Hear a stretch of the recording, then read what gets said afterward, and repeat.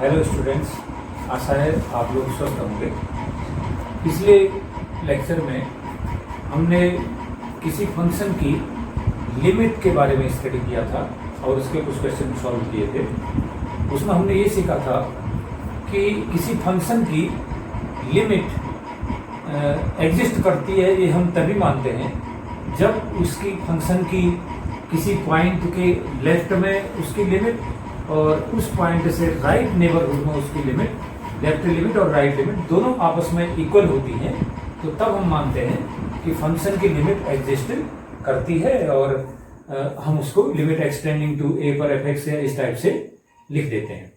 और difference limit में हमने ये भी पिछले लेक्चर में जाना कि जो पॉलिनोमियल टाइप के फंक्शन होते हैं, जिसमें इस टाइप के function a naught plus A one x plus A two x square plus a N into x power n, इस टाइप के फंक्शन जिसमें एक्स की सारी पावर जो होती हैं वो नॉन नेगेटिव इंटीजर होती है। नॉन नेगेटिव इंटीजर का मतलब आप जानते हैं, ये अगर ये इंटीजर शो करता हूं इस लाइन में कि 0 हो गया, +1 +2 +3 एंड सो ऑन, इधर -1 -2 -3 एंड सो ऑन, तो ये तो नेगेटिव इंटीजर है। और 0 से राइट में जो है ये सारे नॉन नेगेटिव इंटीजर कहलाएंगे। तो जिस एक्सप्रेशन में x की सारे पावर नॉन नेगेटिव इंटीजर होते हैं, नॉन नेगेटिव का मतलब या तो 0 या फिर पॉजिटिव इंटीजर होते हैं, तो वो पॉलिनोमियल कहलाता है। ये पॉलिनोमियल फंक्शन था। और इस पॉलिनोमियल फंक्शन की लिमिट हम लोग कैसे निकालते हैं? हमने जाना था कि किसी भी पॉलिनोमियल फंक्शन में जो उसका डोमेन होता है जिसमें वो डिफाइंड है, तो उसमें उस पॉलिनोमियल फंक्शन की जो लेफ्ट लिमिट और राइट लिमिट है वो इक्वल आती है। और कितनी होती है वो लिमिट? सीधे सीधे जैसे x इक्वल टू ए पर लिमिट निकालनी है तो वो A naught plus A one into A plus A two into A square plus dot dot dot A N into A power N. अर्थात पॉलिनोमियल फंक्शन की लिमिट हम कैसे निकालते हैं? उस फंक्शन में डायरेक्ट x की वो वैल्यू रख देते हैं जहां पर हमको लिमिट निकालनी है, तो x की उस वैल्यू को फंक्शन में रख दीजिए, वही उसकी लिमिट होगी। लेफ्ट लिमिट भी वही होगी और राइट लिमिट भी वही होगी। तो पॉलिनोमियल फंक्शन की लिमिट हम लोग direct x equal to a, या जिस पॉइंट पर आप लिमिट निकाल रहे हैं उस पॉइंट की वैल्यू डायरेक्ट फंक्शन में रख के हम लोग निकाल लेते हैं। तो ये बहुत इंपॉर्टेंट पॉइंट है। और रेशनल फंक्शन में भी हम ऐसा ही करते हैं, डायरेक्ट वैल्यू रखते हैं यदि 0/0 या नॉन 0/0 ना आता हो। तो इस तरीके से हम करते हैं, ये पुरानी बात थी। तो अब आज हम एक नए कंसेप्ट को डिस्कस करेंगे। ये कंसेप्ट है कंटिन्यूटी। तो लिमिट वाले कंसेप्ट से थोड़ा सा एक स्टेप आगे का कंसेप्ट है। तो इसमें कंटिन्यूटी में क्या चीज हम लोग चेक करेंगे और कंटिन्यूटी का क्या मतलब है, उसको समझने के लिए हम एक एग्जांपल लेते हैं जो हमने पिछले लेक्चर में भी स्टडी किया था। सपोज हमारे पास एक फंक्शन है f x is equal to 1। F x is equal to 1 कब है? यदि x की वैल्यू 0 के बराबर है या 0 से छोटी है। x की सारी वैल्यू जो 0 के बराबर है या 0 से भी छोटे हैं, उन वैल्यू के लिए f x is equal to 1 हो जाएगा। और f x is equal to 2 हो जाएगा इफ x ग्रेटर देन 0। ये इस तरीके से ये फंक्शन हमारे पास डिफाइंड है। F x is equal to 1 हो जाएगा यदि x की वैल्यू आप या तो 0 ले लीजिए या 0 से छोटी वैल्यू ले लीजिए। तो उन सभी वैल्यूज के लिए 0 और 0 से छोटी वैल्यूज के लिए एफ एक्स हमेशा 1 के बराबर रहेगा। लेकिन 0 से बड़ी वैल्यू जो होती हैं उनके लिए एफ एक्स हमेशा 2 रहेगा। अब ये 0 से छोटी वैल्यू और 0 से बड़ी वैल्यू क्या है? फिर इसी को देखिए, अभी जो आपके पास रियल नंबर की लाइन है, इसमें यहां पर मैंने 0 दिखाया है और 0 के लेफ्ट में जो वैल्यूज आएंगी ये सब 0 से छोटी वैल्यू होंगी। मतलब 0 से छोटी का मतलब नेगेटिव नंबर जो है वो 0 से छोटे माने जाएंगे। तो x की नेगेटिव वैल्यू के लिए लेस देन 0 मीन्स x की 0 से छोटे मान यानी कि नेगेटिव वैल्यू के लिए x की नेगेटिव वैल्यू अगर रहेंगी तो ये function f x is equal to 1 हो जाएगा सीधे सीधे। अगर x इज इक्वल टू 0 होगा तब भी ये function f x is equal to 1 हो जाएगा। किंतु अगर x की पॉजिटिव वैल्यू होगी, x ग्रेटर देन 0 से बड़ा, तो 0 से बड़ा 0 के राइट हैंड साइड में 0 से बड़ा होता है, तो 0 से बड़ी वैल्यू अगर x की लूंगा यानी कि x की वैल्यू मैं 0 के राइट हैंड साइड की अर्थात पॉजिटिव नंबर्स लूंगा मैं x की वैल्यू, तो x की पॉजिटिव वैल्यू के लिए f x is equal to मेरा 2 हो जाएगा। तो इस तरीके से ये फंक्शन हमें दिया हुआ है। अब हम क्या करते हैं, इसका ग्राफ बनाने की कोशिश करते हैं इस फंक्शन की। तो ये ग्राफ के लिए हम टेबल भी बना सकते हैं और बिना टेबल के भी बन सकता है, लेकिन चलो हम थोड़ा इसका टेबल में डिस्कस कर लेते हैं इसको। तो यहाँ पर हमारा हो गया ये x की वैल्यू और इधर होगी हमारी fx की वैल्यू।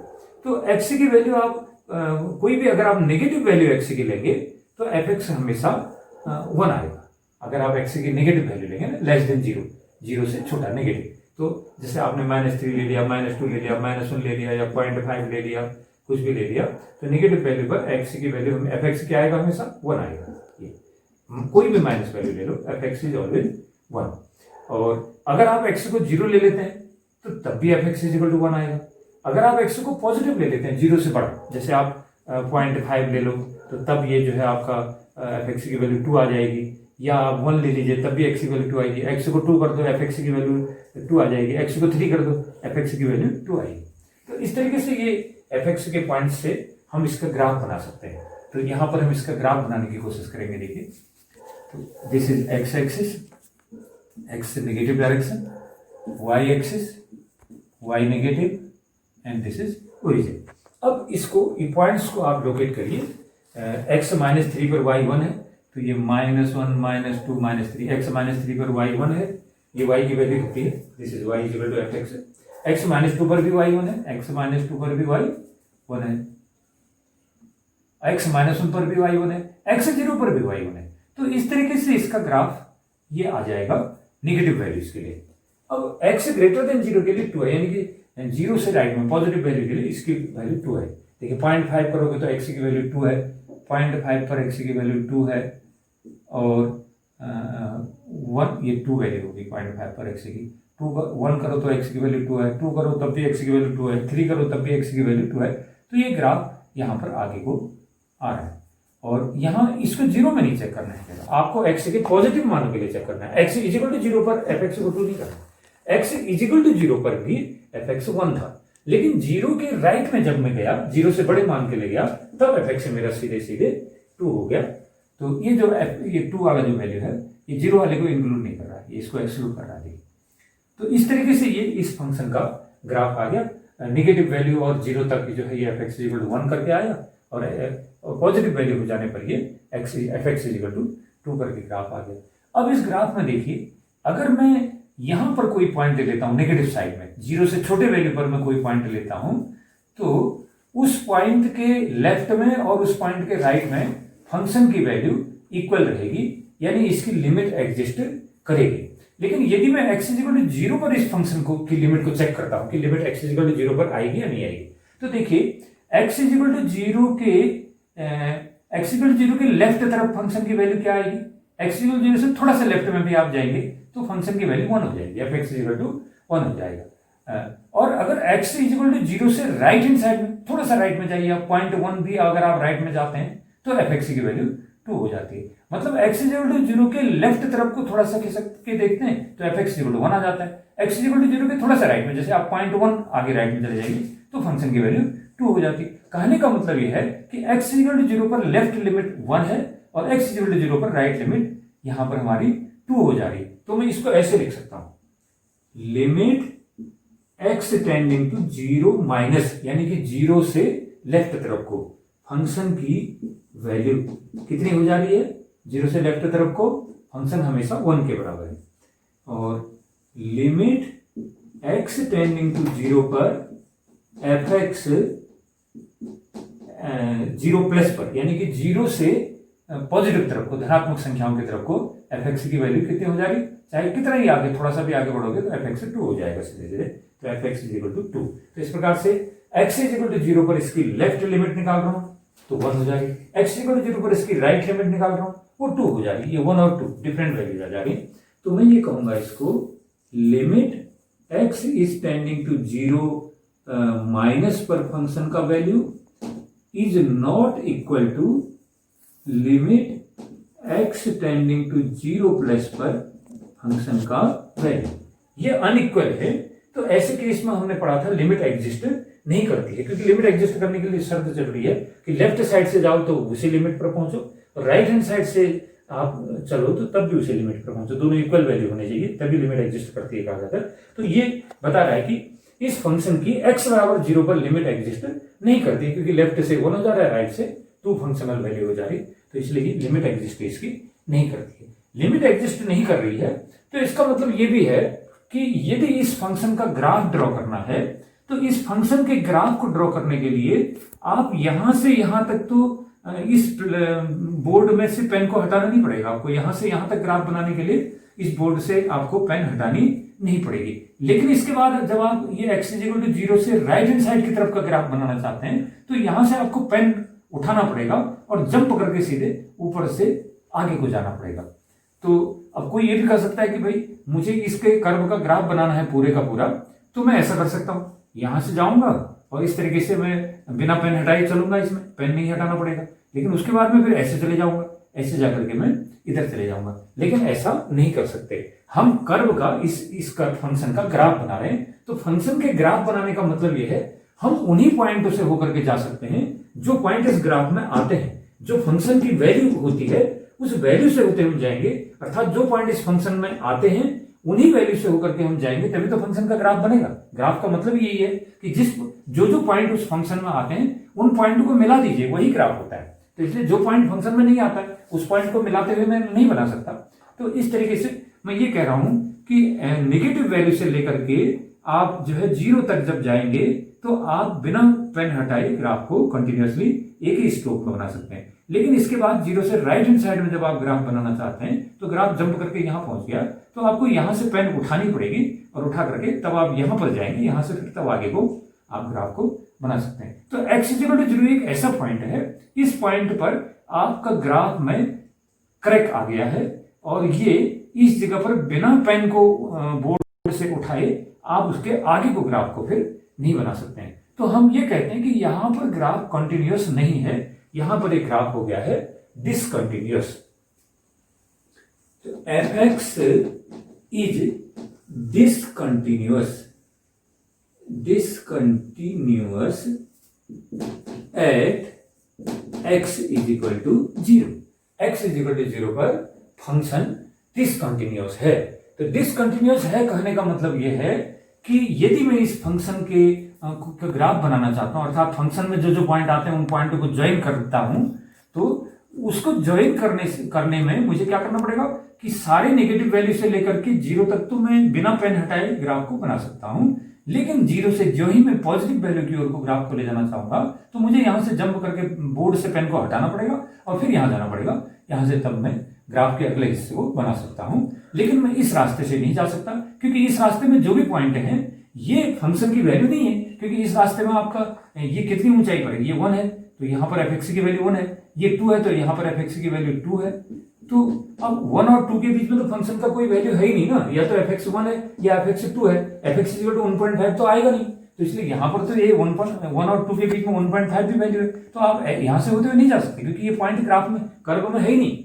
हम कर्व का ग्राफ ड्रॉ कर रहे हैं, मतलब ये है कि जो पॉइंट कर्व में है उन पॉइंट को मिलाते हुए चलना है आगे को। तो these points are not in the curve, so you cannot pass through this point and these points। यहां से होते हुए नहीं चल सकते, आपको उन्हीं पॉइंट से जाना है जहां जहां कर्व है, कर्व के पॉइंट है। तो इसलिए मैंने आपसे कहा कि यहां जाकर के यहां से जंप करके आप आगे जाएंगे, तो इस जगह यहां पर आपने पेन को हटाना पड़ा यहां पर आपको, इसलिए फंक्शन कंटिन्यूअस नहीं बन पाया यहां पर। तो कंटिन्यूअस फंक्शन क्या होना चाहिए, इसका मतलब कंटिन्यूअस फंक्शन ऐसा होना चाहिए कि वो अपने सारे डोमेन में जब आप उसके ग्राफ को ड्रॉ करते हैं, उसके पॉइंट्स को, कर्व के पॉइंट्स को मिलाते हुए जब आप एक कर्व वो खींचते हैं फंक्शन के पॉइंट्स को मिलाते हुए, तो वो 1 स्ट्रोक में बन जाना चाहिए, अर्थात बिना पेन को हटाए वो सीधे सीधे एक ही बार में बन जाना चाहिए, कहीं रास्ते में पेन हटानी ना पड़े, तब वो कंटिन्यूअस ग्राफ माना जाएगा या कंटिन्यूअस फंक्शन माना जाएगा।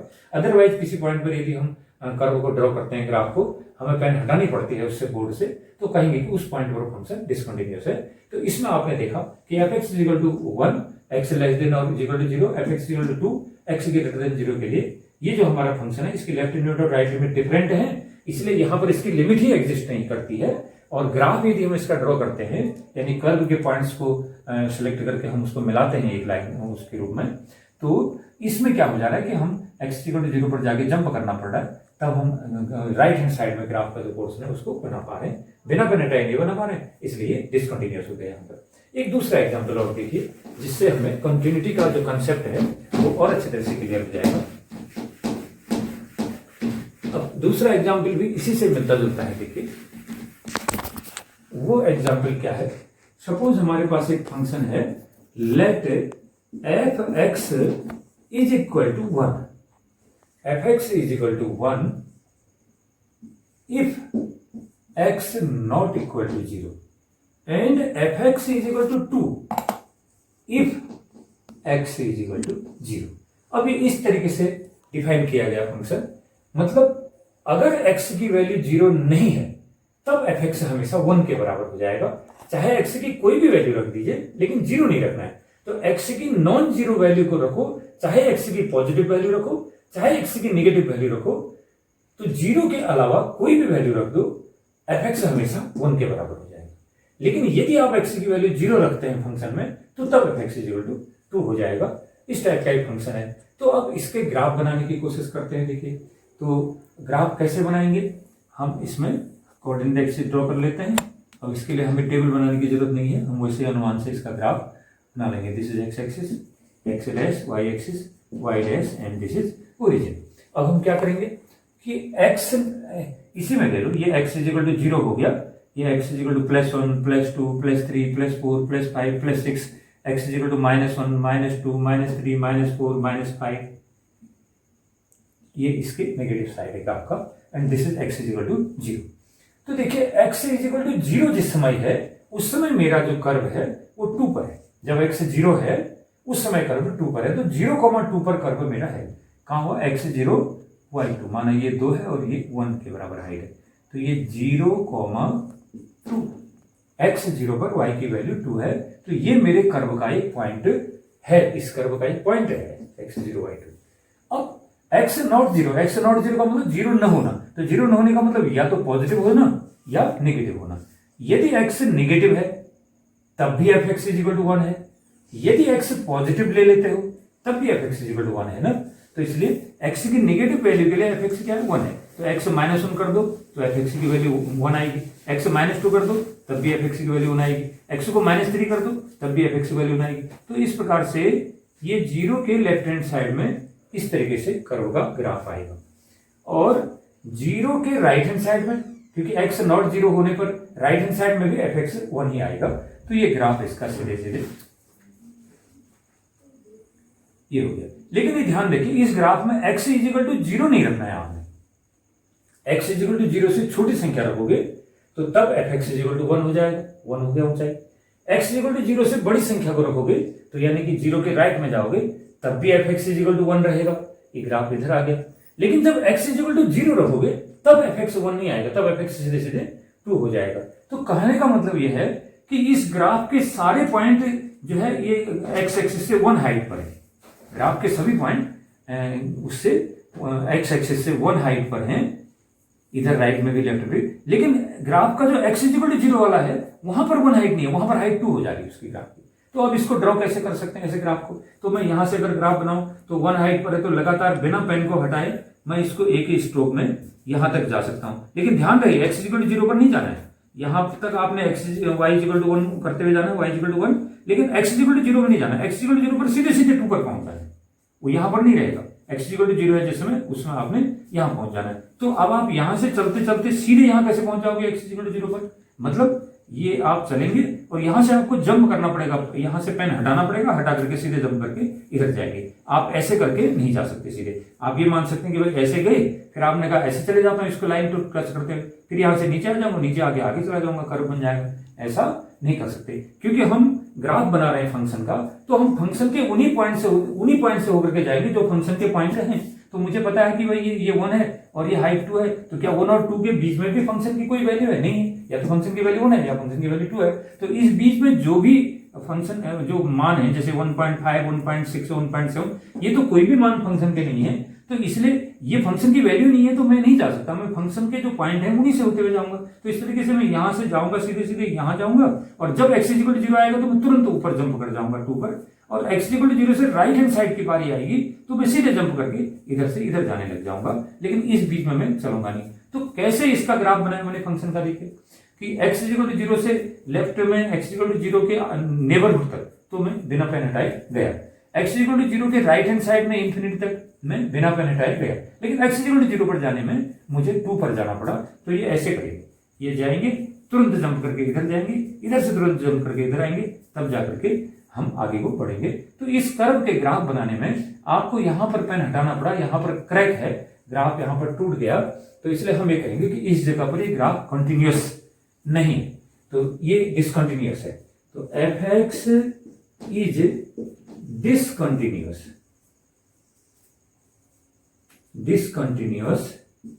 Eight x is equal to 0। तो हमारा function f x x is equal to 0 पर डिसकंटिन्यूअस है। क्यों है डिसकंटिन्यूअस? क्योंकि हम इसका ग्राफ बना रहे हैं, तो we can not make the graph of this function in a single stroke. If you want to make the graph of the function, then what will you do?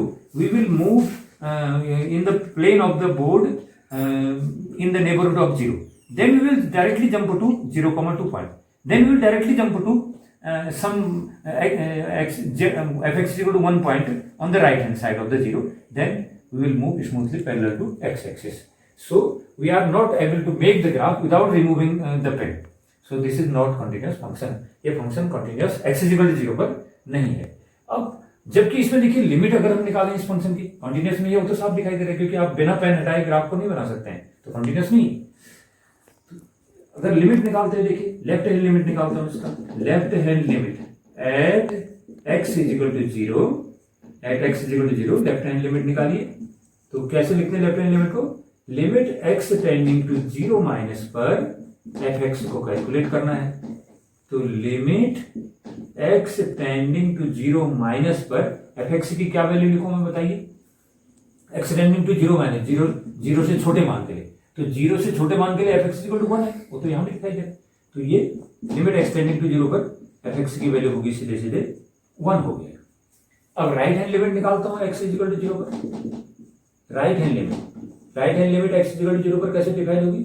Limit x tending to 0 plus पर fx। तो अब right hand limit 0 के right में क्या है fx की value? 0 के right में भी fx की वैल्यू 1 के ही बराबर है। तो इसलिए ये लिमिट भी सॉल्व करूंगा तो कितना हो जाएगा? ये वैल्यू भी fx की वैल्यू 1 आ जाएगी। तो लेफ्ट लिमिट 1 है, राइट लिमिट 1 है। Left limit is equal to right limit. तो at x is equal to 0, left hand limit of fx is equal to right hand limit of fx। दोनों limit बराबर है, लेकिन फिर भी फंक्शन कंटिन्यूअस नहीं है। इससे पहले के प्रश्न में क्या था? इससे पहले के प्रश्न में आपने देखा कि उसकी लेफ्ट हैंड की लिमिट fx इक्वल टू 1 आ रही थी और राइट हैंड की लिमिट fx इक्वल टू 2 हो जाती थी। उसका ग्राफ इस टाइप का था, इधर x इक्वल टू 1 था और इधर fx equal to 1, fx equal to 1, fx equal to 2। तो लेफ्ट हैंड लिमिट करूंगा तो fx 1 आ रहा था, राइट हैंड लिमिट कर रहा था तो fx 2 आ रहा था। तो लिमिट एग्जिस्ट नहीं कर रही थी, लेफ्ट और राइट की अलग अलग लिमिट थी, तो लिमिट एग्जिस्ट नहीं कर रही है। तो इसलिए आपने कहा इसका ग्राफ जो है बिना पेन हटाए नहीं बन पाएगा, तो इसलिए वो डिसकंटिन्यूअस था। अब इस केस में हम देख रहे हैं कि लेफ्ट हैंड लिमिट भी fx इक्वल टू 1 है और राइट हैंड की लिमिट भी fx इक्वल टू 1 है, लेकिन फिर भी फंक्शन कंटिन्यूअस नहीं है। फिर भी हम इस ग्राफ को बिना पेन हटाए यहां से वहां तक पूरा ग्राफ हम नहीं बना पा रहे। क्यों नहीं बना पा रहे? क्योंकि x इक्वल टू 0 पर जो फंक्शन की वैल्यू है वो भी 1 होनी चाहिए थी, वो 1 नहीं है। तो हम यहां से लेकर के यहां तक तो x इक्वल टू 1 पर जाएंगे, लेकिन इससे आगे भी हम जाएंगे, मगर x इक्वल टू 0 पर तो हमको 2 पर जाना पड़ेगा ना, सीधे जंप करके। तो इस तरीके से ये फंक्शन में सडन जंप आ गया है, तो ये कंटिन्यूअस नहीं है। तो यहाँ एक केस, बहुत ही इंपोर्टेंट केस हमारे देखने को मिला कि यदि किसी फंक्शन में किसी पॉइंट पर लेफ्ट हैंड की लिमिट और राइट हैंड की लिमिट इक्वल है, तो तब भी वो फंक्शन डिसकंटिन्यूअस हो सकता है।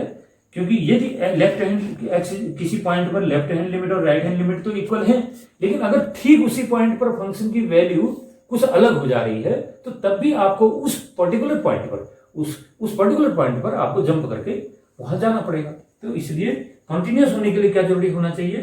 कंटिन्यूअस फंक्शन होने के लिए ये जरूरी होना चाहिए कि किसी पॉइंट पर फंक्शन की लेफ्ट हैंड लिमिट के बराबर राइट हैंड लिमिट होनी चाहिए, लेकिन फंक्शन की उसी पॉइंट पर डायरेक्ट वैल्यू भी उतनी ही होनी चाहिए जितनी लेफ्ट लिमिट है या जितनी राइट लिमिट है।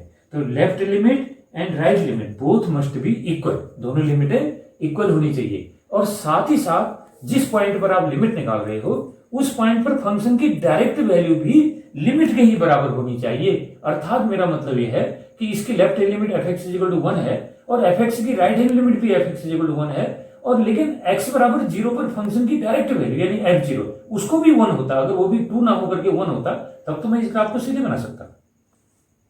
आप समझ रहे होंगे बात को कि यदि लेफ्ट हैंड लिमिट 1 है, राइट हैंड लिमिट 1 है, यदि फंक्शन की वैल्यू x बराबर 0 पर फंक्शन की वैल्यू भी 1 ही होती तो तब तो फिर मुझे जंप नहीं करना पड़ता, फिर तो मैं ये लेफ्ट हैंड लिमिट 1 1 1 करके जाता और x बराबर 0 पर भी फंक्शन की वैल्यू 1 हो जाती और तब ये सीधे सीधे बिना पेन हटाए मैं सीधे जा सकता था। फिर तो इससे एक बहुत इंपॉर्टेंट कंडीशन निकली कि कंटिन्यूअस फंक्शन होने के लिए फंक्शन के किसी पॉइंट पर लेफ्ट हैंड की लिमिट और राइट हैंड की लिमिट इक्वल होनी चाहिए और उस पॉइंट पर जो फंक्शन की डायरेक्ट वैल्यू आएगी वो वैल्यू भी लेफ्ट लिमिट या राइट लिमिट के बराबर ही होनी चाहिए। जब तीनों चीजें इक्वल हो जाएंगी, left limit is equal to right limit is equal to value of the function at this point, तो तब तीन चीज बराबर होंगी तो फिर नो टेंशन, आप उसको बिना ब्रेक करके बना सकते हैं।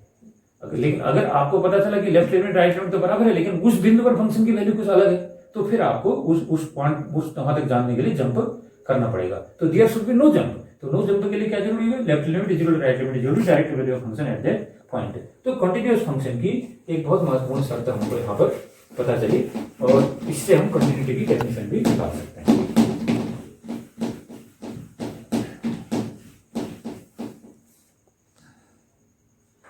क्या आया कंटिन्यूअस फंक्शन के लिए condition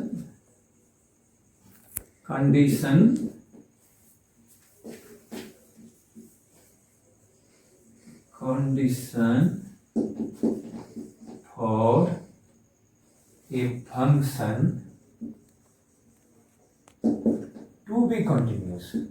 to be continuous at x is equal to a, कोई भी पॉइंट है x is equal to a, वहां पर फंक्शन के कंटिन्यूअस होने की क्या शर्त हुई जो इस ग्राफ से क्लियर हो रही है कि limit x tending to a minus पर fx की value is equal to limit x tending to a plus पर fx की वैल्यू, दोनों वैल्यू बराबर होनी चाहिए। x इक्वल टू a कोई पॉइंट हो तो उस पॉइंट के लेफ्ट साइड की लिमिट और उस पॉइंट से राइट की लिमिट दोनों इक्वल होनी चाहिए और उस पॉइंट पर तो फंक्शन की वैल्यू है, कैसे निकलेगी फंक्शन की value, x equal to a उस फंक्शन में डायरेक्ट रख दूंगा, फंक्शन में x इक्वल रख दूंगा तो फंक्शन की वैल्यू हो जाएगी उस पॉइंट पर। तो लेफ्ट हैंड की लिमिट और राइट हैंड की लिमिट और फंक्शन की वैल्यू उस पॉइंट पर अगर ये तीनों चीजें इक्वल होंगी तो उस फंक्शन का ग्राफ बनाने के लिए मुझे फिर जंप नहीं करना पड़ेगा क्योंकि लेफ्ट लिमिट और राइट लिमिट तो सेम थी लेकिन फंक्शन की वैल्यू भी उस पॉइंट पर उतनी ही है जितनी की लेफ्ट और राइट लिमिट है,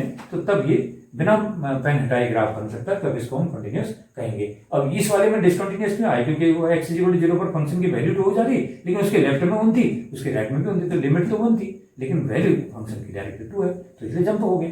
लेकिन लेफ्ट लिमिट भी x a माइनस पर उतनी है, राइट लिमिट भी उतनी है और फंक्शन की डायरेक्ट वैल्यू उस पॉइंट पर वो भी उतनी है, तो उस केस में फिर ये कंटिन्यूअस फंक्शन हो जाएगा और इसके ग्राफ को बनाने के लिए हमें पेन हटाना नहीं पड़ेगा। We can make the graph of this function in a single stroke, एक ही स्ट्रोक में हम उसका ग्राफ बिना पेन हटाए बना सकते हैं। तो ये कंटिन्यूअस फंक्शन का डेफिनेशन हो गया, इसको हमें याद रखना है कि ये function is continuous at a point if its left limit at that point is equal to its right limit at that point is equal to the direct value of function at that point. तो उस point पर function की direct value और उस point पर function की left limit और उस पॉइंट पर फंक्शन की राइट लिमिट, जब तीनों चीजें इक्वल हो जाएंगी तो तब जाकर के फंक्शन उस पॉइंट पर कंटिन्यूअस माना जाएगा। तो this is condition of continuity for a function to be continuous at a point.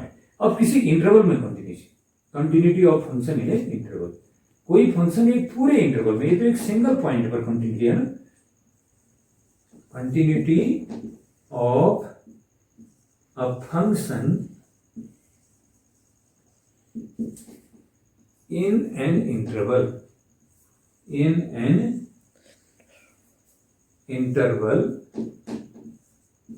a comma b, close the interval a comma b। तो कोई फंक्शन पूरे के पूरे इंटरवल पर a से लेके b तक, a b को इंक्लूड करते हुए पूरे के पूरे इंटरवल पर फंक्शन कंटिन्यूअस हो, इसकी क्या शर्त होनी चाहिए, इसकी शर्त ये होनी चाहिए कि x is equal to a भी इसमें इंक्लूड है और x is equal to b भी इंक्लूड है, a से बड़ी और b से छोटी वैल्यू भी इंक्लूड है, a भी खुद भी इंक्लूड है। तो पूरे इंटरवल में फंक्शन की कंटिन्यूटी कैसे चेक होती है कि यदि वो लेफ्ट की बाउंड्री पर कंटिन्यूअस हो, फंक्शन राइट की बाउंड्री पर कंटिन्यूअस हो और ए और बी के बीच के हर पॉइंट पर फंक्शन कंटिन्यूअस हो, तब जाकर के इस पूरे इंटरवल में कंटिन्यूटी फंक्शन की मानी जाएगी। फिर से सुनिए, मैं रिपीट कर रहा हूं बात को। पूरे इंटरवल में फंक्शन कंटिन्यूअस कब माना जाएगा? यदि उसकी जो लेफ्ट बाउंड्री है, लेफ्ट बाउंड्री पर फंक्शन कंटिन्यूअस हो, वो राइट बाउंड्री पर भी फंक्शन कंटिन्यूअस हो और दोनों बाउंड्री पॉइंट के बीच के हर पॉइंट पर फंक्शन कंटिन्यूअस हो, तो तब उसको मैं पूरे इंटरवल में कंटिन्यूअस मानूंगा। तो पूरे इंटरवल में कंटिन्यूटी के लिए मेरे पास शर्त क्या आई? एक शर्त ये आई कि limit x tending to a plus पर fx की वैल्यू आनी चाहिए और वो कितनी आनी चाहिए? f a के बराबर आनी चाहिए। x इक्वल टू a पर राइट लिमिट, क्योंकि a के लेफ्ट में नहीं जा सकता ना, ये बाउंड्री पॉइंट है, इसके लेफ्ट में तो जा नहीं सकता, लेकिन a से बड़ी वैल्यू के लिए मैं जा सकता हूं। तो x इक्वल टू a पर हमारी राइट लिमिट आनी चाहिए। Limit x tending to a plus right limit x बराबर a पर, limit x tending to a plus पर fx की वैल्यू आनी चाहिए। और कंटिन्यूटी के लिए शर्त क्या थी? उसको f a के बराबर होना चाहिए। तो x tending to a plus पर fx equal to f a होना चाहिए। और b पर, b से आगे आप जा नहीं सकते, b से p से आ सकते हैं, तो इसलिए यहां पर भी कंटिन्यूटी का मतलब ये हुआ कि limit x tending to b minus पर fx की वैल्यू वो भी कितनी होनी चाहिए? वो fb के बराबर होनी चाहिए। तो b पर फंक्शन की वैल्यू, b पर फंक्शन की वैल्यू fb और b पर फंक्शन की लेफ्ट लिमिट, ये दोनों चीजें बराबर होनी चाहिए, तब मैं b पर कंटिन्यूटी मानूंगा और इसको a पर कंटिन्यूटी मानूंगा, बाउंड्री पॉइंट पर कंटिन्यूटी। अब एक c पॉइंट होगा, c पॉइंट ऐसा होगा, वो कैसा होगा? a से तो बड़ा होगा लेकिन b से छोटा होगा। ऐसे c पॉइंट पर फंक्शन की कंटिन्यूटी क्या आनी चाहिए? लेफ्ट लिमिट भी आनी चाहिए, राइट लिमिट भी आनी चाहिए उसकी। देखो, x tending to c minus पर fx की value is equal to limit x tending to c plus पर fx की value is equal to function की डायरेक्ट वैल्यू c पॉइंट पर। ये चीजें आनी चाहिए। तो ये तीन शर्तें हैं किसी इंटरवल में फंक्शन की कंटिन्यूटी के लिए। तीनों कंडीशन को पूरा करना जरूरी होगा। First condition, second condition and this is the third condition. तो इस बात को हम एक बार और रिपीट करना चाहेंगे। हमने कहा था कि पूरे इंटरवल में कंटिन्यूटी कैसे चेक होती है। पूरे इंटरवल में कंटिन्यूटी चेक करने के लिए उसकी जो लोअर लिमिट होती है, लोअर लिमिट पर राइट लिमिट एग्जिस्ट करनी चाहिए, यानी कि x इक्वल टू a है ना, तो यहां पर limit x tending to a plus पर fx की वैल्यू f a के बराबर आनी चाहिए। और जो अपर बाउंड्री है इसकी b, अब b से आगे फंक्शन जाएगा नहीं, b से p से को आएगा, क्योंकि ये लास्ट लिमिट है उसकी। तो x इक्वल टू b पर फंक्शन की लेफ्ट लिमिट आनी चाहिए, क्योंकि फंक्शन अब आगे नहीं जा सकता, लेफ्ट लिमिट। तो x equal to b minus पर फंक्शन की वैल्यू f b के बराबर होनी चाहिए। और a और b के बीच में कोई पॉइंट अगर c हो, जो a से बड़ा पॉइंट हो, c से छोटा, b से छोटा हो, तो a और b के बीच का c पॉइंट है, तो c पॉइंट पर फंक्शन की लेफ्ट लिमिट भी आनी चाहिए, उसकी राइट लिमिट भी आनी चाहिए और दोनों लिमिट इक्वल होनी चाहिए और फंक्शन की डायरेक्ट वैल्यू c पॉइंट पर वो लिमिट के ही बराबर होनी चाहिए। तो तब जाकर के ये पूरे इंटरवल में कंटिन्यूटी कहलाएगी। अब एक तीसरी कंडीशन है इसके साथ साथ। हमने क्या किया? पहले एक पॉइंट पर कैसे कंटिन्यूटी चेक होती है, उस पॉइंट पर लेफ्ट लिमिट, उस पॉइंट पर राइट लिमिट और उस पॉइंट पर डायरेक्ट फंक्शनल वैल्यू इक्वल होनी चाहिए, तब किसी पॉइंट पर फंक्शन कंटिन्यूअस होता है। पूरे के पूरे इंटरवल में फंक्शन कंटिन्यूअस कैसे होता है? उसकी लेफ्ट बाउंड्री पर उसकी राइट लिमिट के बराबर फंक्शन एफ ए के बराबर हो जाना चाहिए और उसकी जो राइट बाउंड्री होती है, उसकी उच्च सीमा जो है, उस पर उसकी लेफ्ट लिमिट का मान एफ बी के बराबर होना चाहिए। तो ठीक हो गया। यहां पर इसका जो है राइट लिमिट का मान एफ ए के बराबर होना चाहिए, इस पॉइंट के लिए इसकी लेफ्ट लिमिट का मान एफ बी के बराबर होना चाहिए और इन दोनों के बीच का कोई पॉइंट लेना पड़ेगा आपको, ए से बड़ा बी से छोटा सी पॉइंट। तो सी पॉइंट पर फंक्शन की लेफ्ट लिमिट के बराबर उसकी राइट लिमिट होनी चाहिए और एफ सी की वैल्यू भी इतनी होनी चाहिए। जब तीनों कंडीशन सेटिस्फाई हो जाएंगी तब आप कहेंगे कि हाँ, ये पूरे इंटरवल में फंक्शन कंटिन्यूअस है।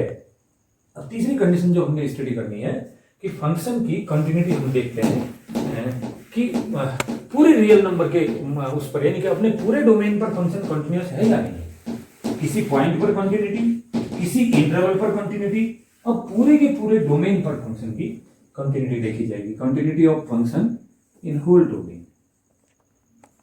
continuity of the function in whole domain, continuity of fx in whole domain,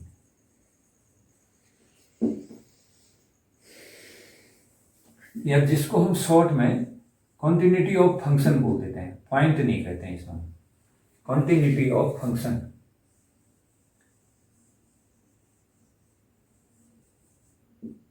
continuity of f x. तो कॉन्टिन्यूटी ऑफ एफ एक्स का मतलब है कि ये अपने डोमेन के हर पॉइंट पर कॉन्टिन्यूअस है। तो देखिए, continuity of f x in whole domain का मतलब क्या होगा, continuity of function in whole domain का मतलब होगा कि हम क्या करेंगे, सपोज मेरे पास एक फंक्शन है एफ एक्स, अब ये f x is equal to x square है, ये सारे रियल नंबर के सेट के लिए डिफाइन है, मतलब एक्स की वैल्यू माइनस इंफिनिटी से बड़ी और प्लस इंफिनिटी से छोटी कोई भी नंबर आप इसमें एक्स की वैल्यू के रूप में रख सकते हैं। तो एक्स की क्या क्या वैल्यू आप इसमें फंक्शन में रख सकते हैं, वही इसका डोमेन कहलाता है। एक्स की वैल्यू का सेट जो है वो डोमेन कहलाता है। तो इसका डोमेन जो है माइनस इंफिनिटी से बड़ी और प्लस इंफिनिटी से छोटी कोई भी नंबर इसमें रख सकते हैं। तो इसका मतलब इसका डोमेन जो है वो रियल नंबर का सेट है। Domain of this function is set of real number, real number के सेट। तो अब किसी फंक्शन की पूरे डोमेन में, होल डोमेन में कॉन्टिन्यूटी का मतलब यह है कि सभी रियल नंबर के लिए क्या ये फंक्शन कॉन्टिन्यूअस है या नहीं है, तो उसको हम चेक करेंगे। तो उसको कैसे चेक किया जाता है, जैसे एक पर्टिकुलर पॉइंट इस कर्व का है, जैसे x इक्वल टू 0 है, तो मैं देखूंगा x इक्वल टू 0 के लेफ्ट तरफ को ये कॉन्टिन्यूअस है या नहीं। x इक्वल टू 0 से छोटे वैल्यू के लिए, जैसे x लेस देन 0 वैल्यू हुई, नेगेटिव वैल्यूज के लिए देखा जाएगा कि कॉन्टिन्यूअस है या नहीं। फिर x इक्वल टू 0 के राइट हैंड साइड की सारी वैल्यूज के लिए चेक किया जाएगा, यानी x ग्रेटर देन 0 के लिए ये कॉन्टिन्यूअस है या नहीं है। यदि फंक्शन x इक्वल टू 0 के लेफ्ट तरफ के हर वैल्यू पर कॉन्टिन्यूअस आ जाता है और फंक्शन x इक्वल टू 0 के राइट हैंड साइड यानी x ग्रेटर देन 0 के लिए भी कॉन्टिन्यूअस आ जाता है, तो फिर हम चेक करते हैं कि ठीक x इक्वल टू 0 पर फंक्शन क्या होता है। तो x इक्वल टू 0 एक पॉइंट है, उस पॉइंट पर फंक्शन की कॉन्टिन्यूटी कैसे चेक होगी, उस पॉइंट पर लेफ्ट लिमिट और उस पॉइंट पर फंक्शन की राइट लिमिट और उस पॉइंट पर फंक्शन की डायरेक्ट वैल्यू अगर तीनों बराबर हो जाएंगी तो उस पॉइंट पर कंटिन्यूअस माना जाएगा। तो इस तरीके से फिर हम ये देख लेंगे कि पूरे के पूरे डोमेन पर फंक्शन कंटिन्यूअस है। तो इस बात को फिर से ध्यान देने की जरूरत है थोड़ा। क्या हमने आपसे कहा, suppose f x equal to x square एक फंक्शन है और इस फंक्शन का डोमेन यानी इसमें एक्स की क्या क्या वैल्यू रखी जा सकती है, सारे के सारे रियल नंबर माइनस इंफिनिटी से बड़े और प्लस इंफिनिटी से छोटे, ये सारे रियल नंबर जो इन दोनों के बीच में आएंगे सब के सब रियल नंबर एक्स की वैल्यू के रूप में यहाँ पर फंक्शन में आप रख सकते हैं। तो इसलिए ये फंक्शन रियल नंबर के सेट पर डिफाइंड है। ठीक हो गया। अब रियल नंबर के सेट पर फंक्शन डिफाइंड है तो इस फंक्शन की कॉन्टिन्यूटी का मतलब ये हुआ कि क्या ये फंक्शन सारे रियल नंबर के सेट के लिए अर्थात अपने पूरे के पूरे डोमेन पर कॉन्टिन्यूअस है या नहीं है, इस चीज की जांच करनी है।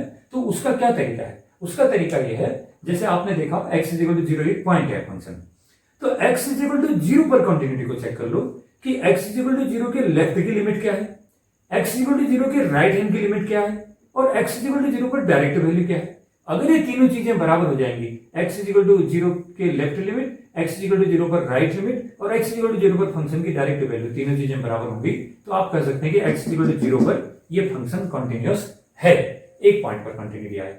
फिर हम ये देखेंगे कि x 0 से लेफ्ट तरफ को यानी कि नेगेटिव वैल्यू के लिए, क्या x लेस देन 0 वैल्यूज के लिए ये फंक्शन कॉन्टिन्यूअस है या नहीं है, उसको चेक किया जाएगा।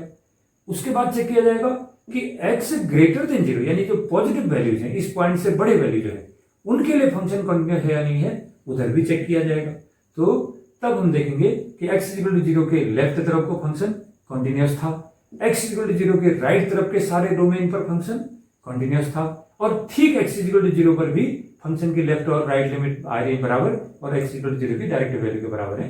तो हम कह सकते हैं कि ये उस पॉइंट पर भी कंटिन्यूअस है, उस पॉइंट के लेफ्ट के हर वैल्यू पर कंटिन्यूअस है, उस पॉइंट के हर वैल्यू के राइट पर भी ये कंटिन्यूअस है, इसलिए ये पूरे के पूरे डोमेन पर कंटिन्यूअस फंक्शन माना जाएगा। तो this is continuity of a function in the whole domain.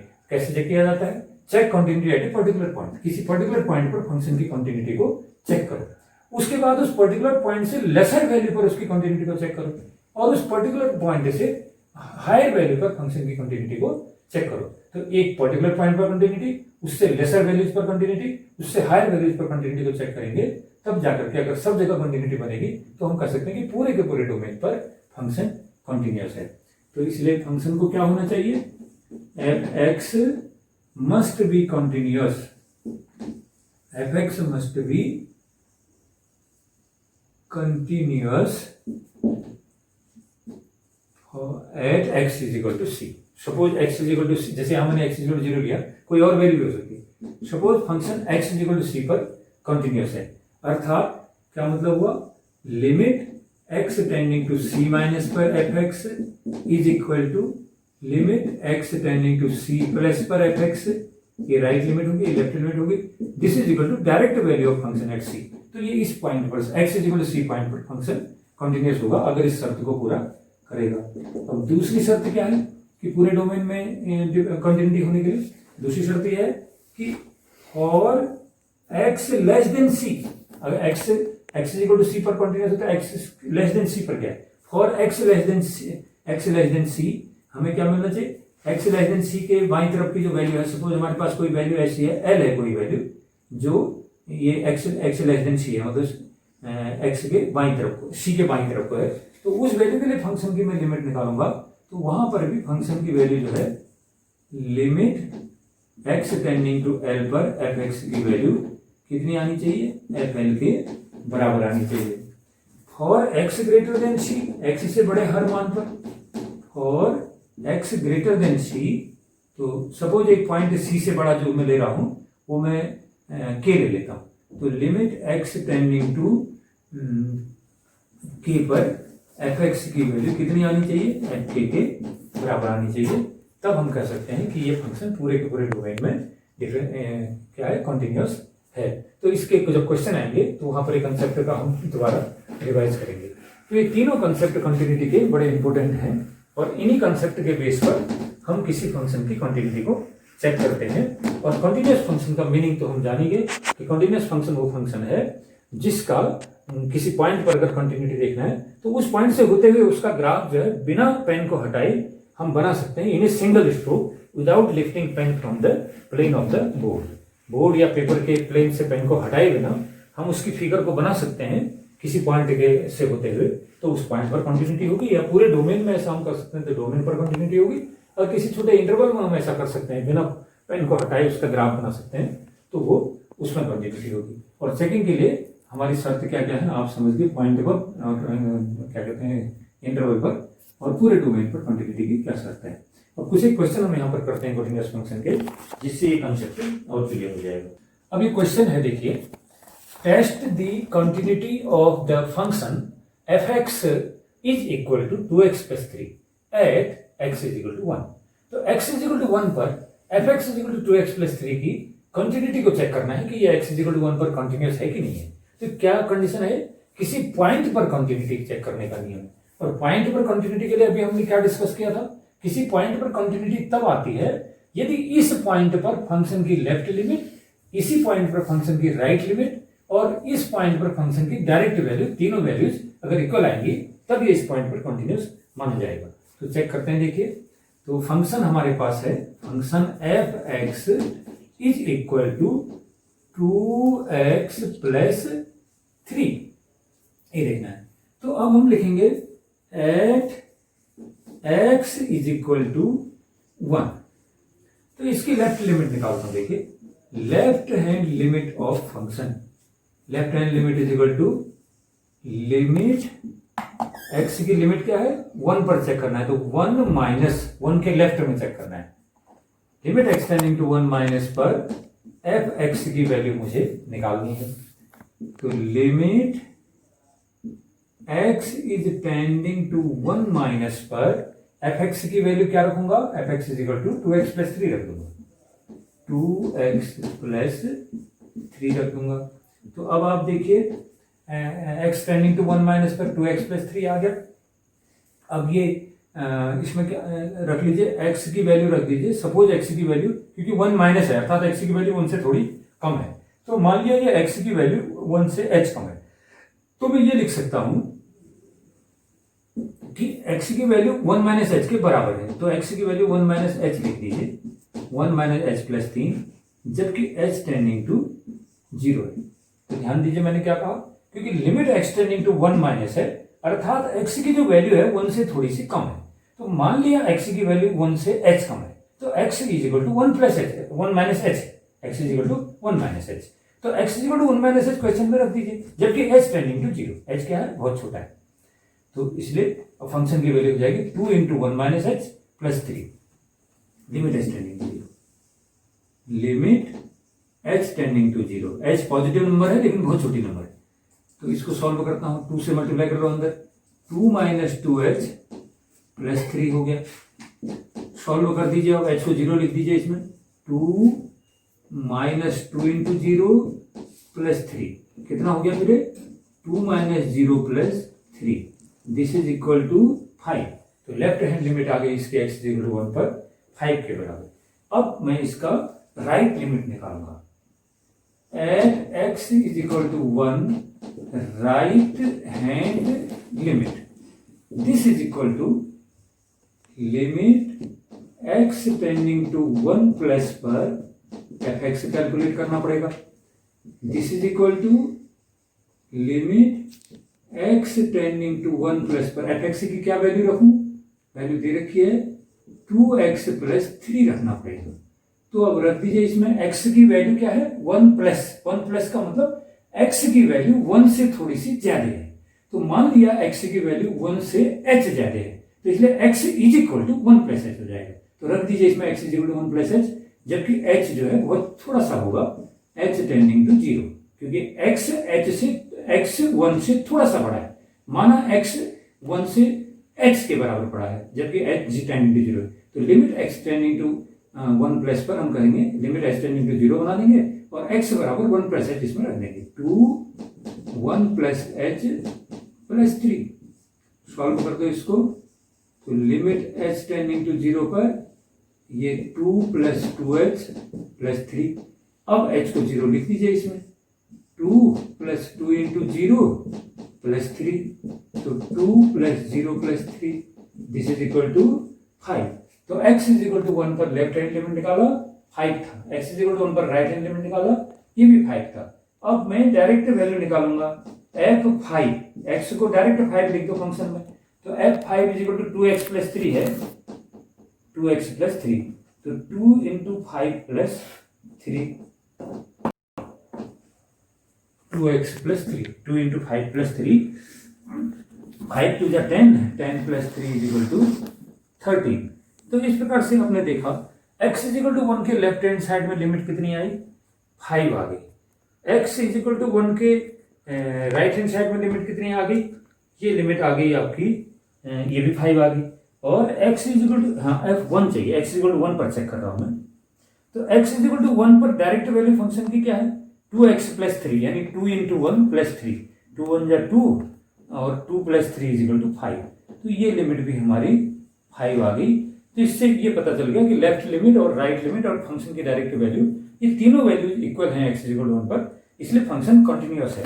तो आप कह सकते हैं f1 minus 0 is equal to f1 plus 0 is equal to f1, so fx is continuous at x is equal to 1, fx is continuous at x is equal to 1। तो फंक्शन x is equal to 1 पर continuous है, तो उस point पर left limit right limit और तीनों value इसकी प्लेस कर। तो देखिए ये दूसरा एग्जांपल है जिसमें हमें कंटिन्यूटी चेक करनी है। Is the function defined by fx is equal to mod x a continuous function? क्या fx is equal to mod x से जो डिफाइंड फंक्शन है ये कंटिन्यूअस फंक्शन है, ये हमसे पूछा गया है। लेकिन अब सवाल ये है कि मुझे कंटिन्यूटी इसकी चेक करनी है, कहां पर चेक करनी है? कोई पॉइंट दिया है क्या? पॉइंट नहीं दिया है। कोई इंटरवल दिया है क्या? इंटरवल भी नहीं दिया। तो इसका मतलब ये है कि इस फंक्शन की कंटिन्यूटी अब आपको पूरे के पूरे डोमेन में चेक करनी पड़ेगी कि ये अपने पूरे डोमेन में यानी x के सारे वैल्यूज पर इसकी कंटिन्यूटी को मुझे अब चेक करना होगा। तो कैसे इसको मैं कंटिन्यूटी को चेक करूंगा? देखिए मेरा फंक्शन है here fx is equal to mod x। तो ये मॉड फंक्शन है, मैं इसको पहले दोबारा डिफाइन करता हूं और इसके मॉड को हटाता हूं। पहले देखिए फंक्शन से मॉड कैसे हटाया जाएगा? fx इज इक्वल टू, अब मॉड x का क्या मतलब होता है? मॉड x का मतलब होता है कि x की पॉजिटिव वैल्यू को मुझे लेना है। चाहे x माइनस 3 होगा तब भी मॉड x प्लस 3 आ जाएगा, चाहे x प्लस 3 है तब भी मॉड x की वैल्यू +3 ही आएगी। चाहे x की वैल्यू -1 हो तब भी मॉड x +1 होता है, चाहे x की वैल्यू +1 हो तब भी मॉड x +1 ही होता है। तो मॉड का मतलब take only positive value, x negative है तो तब भी mod x positive, x positive है तो तब भी मॉड x पॉजिटिव ही रहता है। तो मैं इस मॉड को अगर हटाना चाहता हूं तो मैं ऐसे हटा सकता हूं। देखिए, मान लिया x नेगेटिव है, सपोज करिए x नेगेटिव है, तो अगर x नेगेटिव है तो मॉड करने से पॉजिटिव होगा। तो अब ऐसा उपाय बताइए कि बिना मॉड करे पॉजिटिव वैल्यू आ जाए मेरे सामने। x नेगेटिव है, मॉड करने से पॉजिटिव वैल्यू आएगी, लेकिन मुझे बिना मॉड के ऐसा करना है कि जिससे मुझे बिना मॉड के पॉजिटिव वैल्यू मिल जाए f की। तो कैसे? आप एक माइनस अपनी तरफ से लगा दो, x की वैल्यू खुद ही नेगेटिव आएगी, उसके आगे से एक माइनस आप और लगा देंगे तो प्लस हो जाएगा। तो इसलिए मॉड x भी तो प्लस ही बोल रहा है ना, तो मॉड x का मतलब x पॉजिटिव वैल्यू लेना है। तो सपोज x नेगेटिव है तो मैं कह रहा हूं कि x की वैल्यू नेगेटिव आएगी, उसके आगे से एक नेगेटिव आपने और लगा दिया, तो अब ये नेगेटिव है और ये नेगेटिव लग गया तो प्लस हो जाएगा, तो ये पॉजिटिव आ गया, मतलब ये मॉड x के बराबर हो गया। कब? यदि x 0 से छोटा हो, नेगेटिव।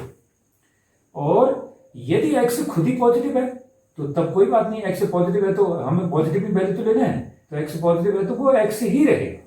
तो मतलब x ग्रेटर देन 0 या x = 0 पर फंक्शन की वैल्यू f(x) = x हो जाएगी और x लेस देन 0 पर फंक्शन की वैल्यू -x हो जाएगी। तो इस प्रकार से ये मॉड फंक्शन को मैंने चेंज करके इसको ये मल्टीपल वैल्यूड फंक्शन के रूप में कन्वर्ट कर दिया है। तो यहां पर ये फोकस का पॉइंट है कि मॉड x का मतलब x का मान f(x) की वैल्यू पॉजिटिव में ही आनी है। तो इसलिए मैंने आपसे कहा था कि बिना मॉड के ऐसा कोई उपाय करिए जिसमें कि मॉड ना आए लेकिन फिर भी हमें पॉजिटिव वैल्यू मिल जाए। तो अगर x पॉजिटिव है यानी x ग्रेटर देन 0 है तो तब तो आप मॉड नहीं लगाओ तो तब भी वो पॉजिटिव में ही आंसर आना है, और यदि x नेगेटिव है तो मॉड लगा करके पॉजिटिव बनता है।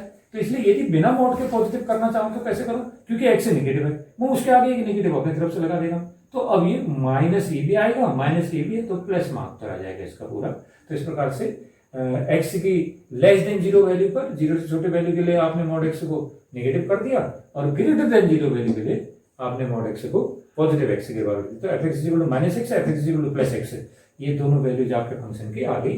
अब आपने इसको पूरे डोमेन में कंटिन्यूटी चेक करनी है। इस फंक्शन का पूरा डोमेन क्या है, मतलब इसमें x की वैल्यू आप क्या क्या रख सकते हो, क्योंकि ये पॉलिनोमियल के रूप में है। देखिए, इसके अपॉन में तो कोई वेरिएबल है नहीं है, इसके अपॉन में भी कोई वेरिएबल नहीं है, इसके अपॉन में भी कोई वेरिएबल नहीं है, न्यूमरेटर है, अंश ही अंश है इसमें, इसलिए x की कोई भी वैल्यू रख सकते हो। तो इस फंक्शन का जो डोमेन है पूरा रियल नंबर का सेट है, डोमेन ऑफ f(x) क्या है? रियल नंबर का सेट। और रियल नंबर का सेट क्या होता है? देखिए, ये रियल नंबर की लाइन है, ये 0 हो गया और इसके राइट में +1, +2, +3, +4, इसमें 0.5 भी आएगा, तमाम सारे पॉइंट आते हैं रेशनल और रेशनल, इधर -1, -2, -3, -4 एंड सो ऑन। तो ये रियल नंबर की लाइन है। तो रियल नंबर की लाइन में -∞ से बड़ा और +∞ से छोटा सारे के सारे वैल्यू इस फंक्शन में रखे जा सकते हैं, क्योंकि कोई भी वैल्यू रखने से इसका इंडेफिनिट वैल्यू नहीं आएगा, क्योंकि इसके अपॉन में कुछ नहीं है, न्यूमरेटर नहीं है जो भी। तो इसलिए domain of function is R, इसका डोमेन रियल नंबर का सेट है। अब मुझे इसके पूरे डोमेन में इसकी कंटिन्यूटी को चेक करना है। तो कैसे चेक करूंगा? देखिए, ये x = 0 पर डिफाइंड है फंक्शन। देखिए, x = 0 के लेफ्ट में x लेस देन 0 क्या हुआ? 0 से छोटा। तो 0 से छोटा क्या होता है? Negative value. तो x के नेगेटिव वैल्यू के लिए फंक्शन का अलग फॉर्म है, और x ग्रेटर देन 0, 0 से बड़ा या 0 के बराबर, तो पॉजिटिव वैल्यू के लिए फंक्शन का अलग फॉर्म है, नेगेटिव वैल्यू के लिए फंक्शन का अलग फॉर्म है। तो दो अलग अलग फॉर्म में ये फंक्शन एग्जिस्ट कर रहा है। इसलिए मैं x = 0 पर इसकी कंटिन्यूटी चेक करूंगा पहले कि x = 0 पर ये x = 0 से लेफ्ट में क्या है इसका, x = 0 से राइट में इसकी क्या लिमिट है, x = 0 पर इस फंक्शन की डायरेक्ट वैल्यू क्या है। तो इस x = 0 पॉइंट पर मैं इसकी कंटिन्यूटी को चेक कर लूंगा। अगर वहां पर एक कंटिन्यूस आ जाएगा तो फिर मैं ये देखूंगा कि x लेस देन 0, x = 0 से सारे छोटे वैल्यू के लिए फंक्शन कंटिन्यूस है या नहीं है। तो x लेस देन 0 के सारे वैल्यूज के लिए मैं इसकी कंटिन्यूटी को चेक करूंगा। फिर मैं 0 से राइट तरफ को भी चेक करूंगा कि फंक्शन कंटिन्यूस है या नहीं है। तो यानी कि x ग्रेटर देन 0 सारी वैल्यूज के लिए मैं चेक करूंगा कि फंक्शन कंटिन्यूस है या नहीं है। यदि वो एक्स ग्रेटर देन जीरो के सारे वैल्यू के लिए कॉन्टिन्यूस आ जाएगा, एक्स लेस देन जीरो के सभी वैल्यूज के लिए कॉन्टिन्यूस आ जाएगा, और x is equal to zero पर भी कॉन्टिन्यूस आएगा, क्योंकि वहां पर लेफ्ट लिमिट, राइट लिमिट और डायरेक्ट वैल्यू प्लस करेगी, एक दूसरे के बराबर हो जाएगी। तो तब एक्स इक्वल टू जीरो पर कॉन्टिन्यूस, एक्स जीरो से लेफ्ट के हर वैल्यू पर कॉन्टिन्यूस, एक्स जीरो के राइट पर हर वैल्यू पर कॉन्टिन्यूस होगा, तो तब पूरे डोमेन पर कॉन्टिन्यूस फंक्शन आ जाएगा। तो इस काम को हमें 3 स्टेप में करना पड़ेगा। सबसे पहले एक्स इक्वल टू जीरो पर इसकी क्वांटिटी को हम लोग चेक करते हैं, फिर हम लेफ्ट डोमेन और राइट डोमेन पर इसको चेक करेंगे। लेफ्ट डोमेन क्या है? लेफ्ट डोमेन D1 जो है वो है set of values x such that x less than zero, और राइट डोमेन क्या है? राइट डोमेन जो है set of values of x such that x greater और इज इक्वल टू जीरो। ये दोनों पर मुझे चेक करना है। तो पहले continuity at x is equal to zero, at x is equal to zero पर चेक करना है मुझे, क्योंकि वहां पर उसका डाइवर्जन हो रहा है फंक्शन का। तो at x is equal to zero, left hand limit निकालो। Left hand limit, limit x tending to zero minus पर f x is equal to limit x tending to zero minus पर f x का कौन सा value रखूंगा? 2 value है ना F x के, तो लेफ्ट लिमिट के लिए जीरो से छोटे मान के लिए क्या रखूंगा? एफ एक्स की वैल्यू माइनस एक्स, तो limit x tending to zero पर माइनस एक्स रखूंगा। अब रख दीजिए, क्या रखूंगा इसको? Limit h tending to zero रख दीजिए, और एक्स को रख दीजिए zero minus h, x is equal to zero minus h. तो कितना हो जाएगा वैल्यू इसका? अब इसमें तो डायरेक्ट कुछ नहीं है, तो एच की वैल्यू रख दो इसमें से, minus zero is equal to zero आ गया इसका लेफ्ट लिमिट। अब राइट हैंड लिमिट ले लो x is equal to zero पर, right hand limit this is equal to limit x tending to zero plus पर f x is equal to limit x tending to zero plus पर f x का क्या value है right hand के लिए? Greater than zero के लिए f x is equal to x, तो यहाँ एक्स रख दो एफ एक्स की वैल्यू। अब इसमें क्या करूंगा? एक्स बराबर जीरो प्लस एच कर दो, इसमें h tending to zero, limit x की वैल्यू को रख दूंगा, एक्स की तो वैल्यू रख दूंगा जीरो प्लस एच, और एच टेंडिंग टू जीरो लगा दूंगा इसमें। तो क्या हो जाएगा देखिए, अब एच को भी जीरो लिख दीजिए इसमें, is equal to zero plus zero, this is equal to zero, left limit zero, right limit is also zero. अब आप ले लीजिए फंक्शन की वैल्यू डायरेक्ट एफ जीरो, तो x is equal to zero पर फंक्शन कैसे निकलेगा? यहाँ लिखा हुआ है f x is equal to x, x zero पर function f x is equal to x से निकाला जाएगा। तो f zero is equal to हो जाएगा zero, f zero is equal to zero, ये निकल गया। तो अब आप देखिए at x is equal to zero, f, या हम सीधे सीधे शॉर्ट में बोल सकते हैं left hand limit is equal to right hand limit is equal to direct value function की f zero. So f x is continuous at x zero, f x is continuous at x is equal to zero, x बराबर zero point पर तो ये function मेरा continuous आ गया। अब इसके बाद में क्या चेक करूंगा कि ये लेफ्ट डोमेन यानी एक्स के से छोटे मानों के लिए ये कॉन्टिन्यूस है या नहीं है। फिर राइट डोमेन जीरो से राइट के मानों के लिए कॉन्टिन्यूस है या नहीं है, ये दो चीजें मुझे इसमें और चेक करनी पड़ेगी। लेफ्ट डोमेन में चेक करता हूं ना, for x less than zero, zero से छोटे सारे मानों के लिए, for x less than zero, f x क्या हो जाएगा एक्स लेस देन जीरो के लिए? अभी हमने डिफाइन किया था ना, यहां पर f x is equal to minus x, x less than zero के लिए, f x is equal to plus x, x greater और इक्वल टू जीरो के लिए। तो for x less than zero, zero से छोटे सभी मानों के लिए f x is equal to minus x, f x is equal to minus x. अब मैं एक वैल्यू ले लेता हूं यहां पर जीरो से छोटे सभी मानों के बीच, कहीं पर एक वैल्यू ले लेता हूं मैं सी,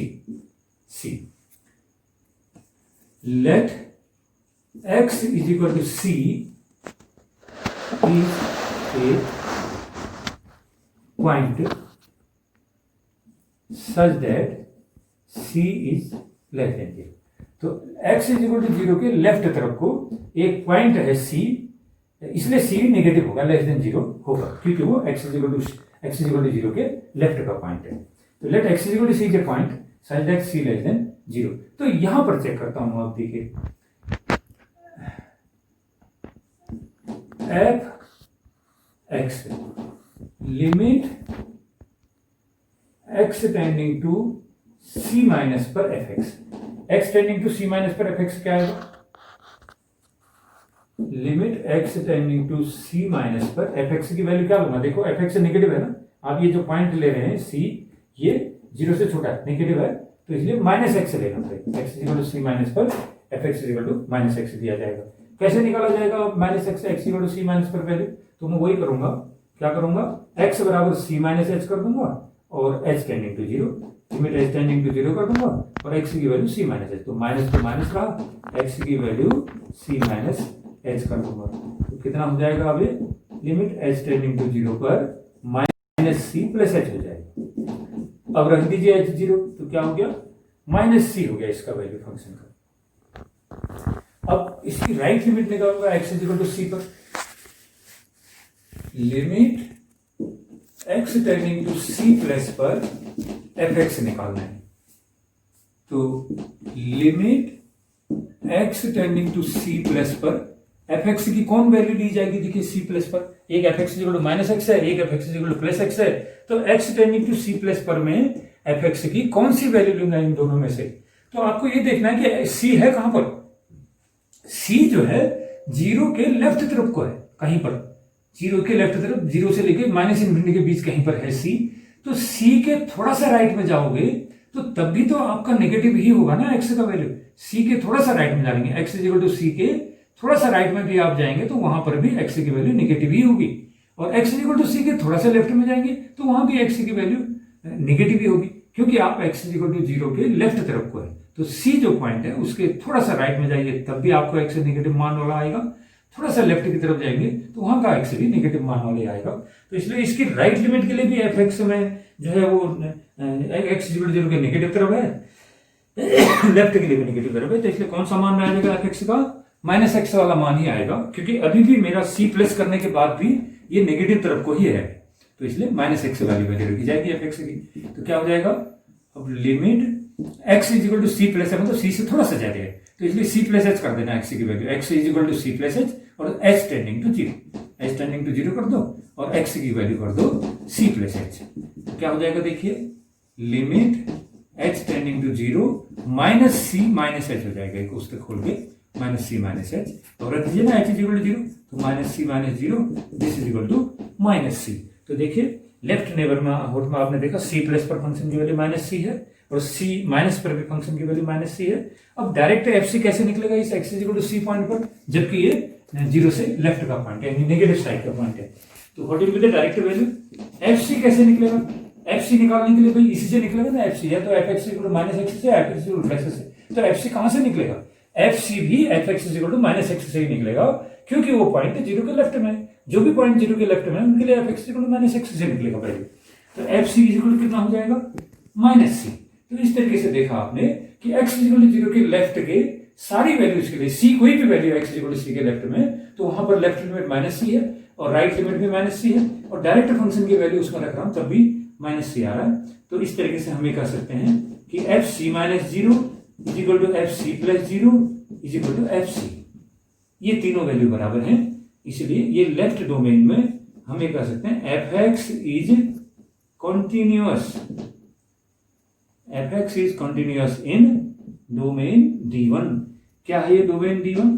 एक्स सच दैट एक्स के मानों का सेट है जबकि एक्स 0 से छोटे है। तो 0 से छोटे सारे मानों के लिए जो भी वो पूरा सेट है 0 से छोटे माइनस इनफिनिटी से 0 तक, उस सेट में फंक्शन मेरा कंटिन्यूअस है, क्योंकि c तो कोई भी नंबर था जो यहां से लेके यहां तक कहीं पर भी आ सकता था, और उस जनरल पॉइंट c के लिए लेफ्ट लिमिट राइट लिमिट और डायरेक्ट फंक्शनल वैल्यू इक्वल हो जा रही है, तो इसलिए उस c पॉइंट पर ये फंक्शन कंटिन्यूअस है, यानी कि x इक्वल टू 0 के लेफ्ट के किसी भी पॉइंट पर ये फंक्शन कंटिन्यूअस है।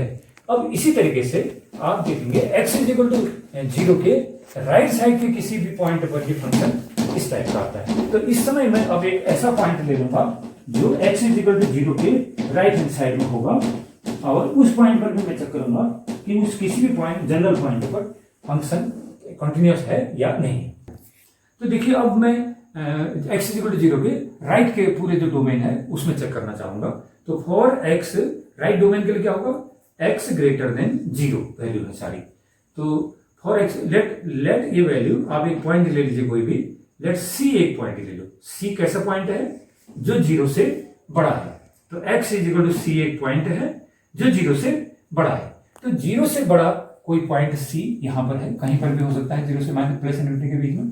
तो इस पॉइंट पर मुझे कंटिन्यूटी चेक करनी है, तो इसके लिए फंक्शन कितना आएगा for x greater than 0, function की वैल्यू fx की कितनी होगी बताइए। यहाँ x पॉजिटिव है, ये c की वैल्यू भी क्या है पॉजिटिव है, जब x पॉजिटिव रहता है तो fx is equal to x, तो फंक्शन की value fx is equal to x है। तो अब यहाँ पर इसका निकालिए x is equal to c पर, इसकी लिमिट निकालते हैं। तो लेफ्ट हैंड लिमिट क्या आएगी x is equal to c पर, limit at x is equal to c greater than 0।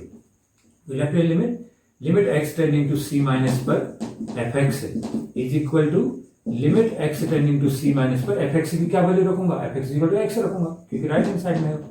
तो fx is equal to x रखूंगा, तो देखिए limit h is tending to 0 और x की वैल्यू c माइनस h कर दो, c माइनस h, अब रख दो h की value c minus 0 is equal to c हो गया। अब राइट हैंड लिमिट लेगा x is equal to c पर, तो राइट हैंड लिमिट होगा limit x tending to c plus पर fx है, देखिए क्योंकि c खुद पॉजिटिव है तो उसके राइट हैंड साइड में भी पॉजिटिव वैल्यू, तो पॉजिटिव वैल्यू के लिए fx इक्वल टू x, तो limit x tending to c plus पर fx का वैल्यू x है। अब रख दो, क्या रखेंगे x बराबर c प्लस h कर दूंगा, h tending to 0, h tending to 0 और x को c प्लस h कर दो, c प्लस h, तो कितना हो जाएगा आगे c plus 0, this is equal to c।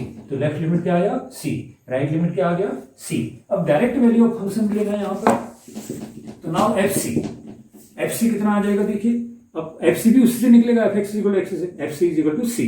तो in this way you have got fc minus 0 की वैल्यू, fc प्लस 0 की वैल्यू और fc की वैल्यू इक्वल है, तो देयरफॉर fx इज कंटिन्यूअस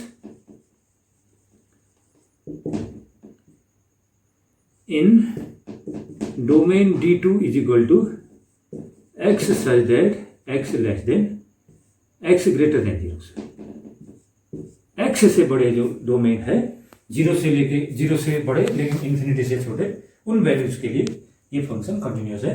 तो इस प्रकार से ये अपने पूरे डोमेन में माइनस इन्फिनिटी से प्लस इन्फिनिटी के बीच ये फंक्शन कंटिन्यूअस है।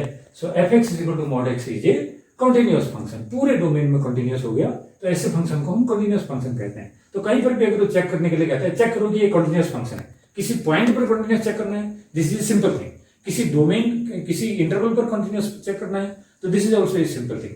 लेकिन फंक्शन को कंटिन्यूअस फंक्शन है ये दिखाना है तो फिर ये लंबी प्रक्रिया हो जाती है, उसमें मुझे एक पर्टिकुलर पॉइंट पर फंक्शन को कंटिन्यूअस दिखाना है, उसके बाद उस पर्टिकुलर पॉइंट के लेफ्ट के सारे वैल्यू पर उसको कंटिन्यूअस दिखाना है और उसके राइट के भी सारे वैल्यू पर कंटिन्यूअस दिखाना है, तब वो अपने पूरे डोमेन पर कंटिन्यूअस आएगा, तब हम उसको कंटिन्यूअस फंक्शन कहेंगे। तो इस तरीके से ये कंटिन्यूटी के बारे में है और आगे के जो क्वेश्चन है वो अगले वीडियो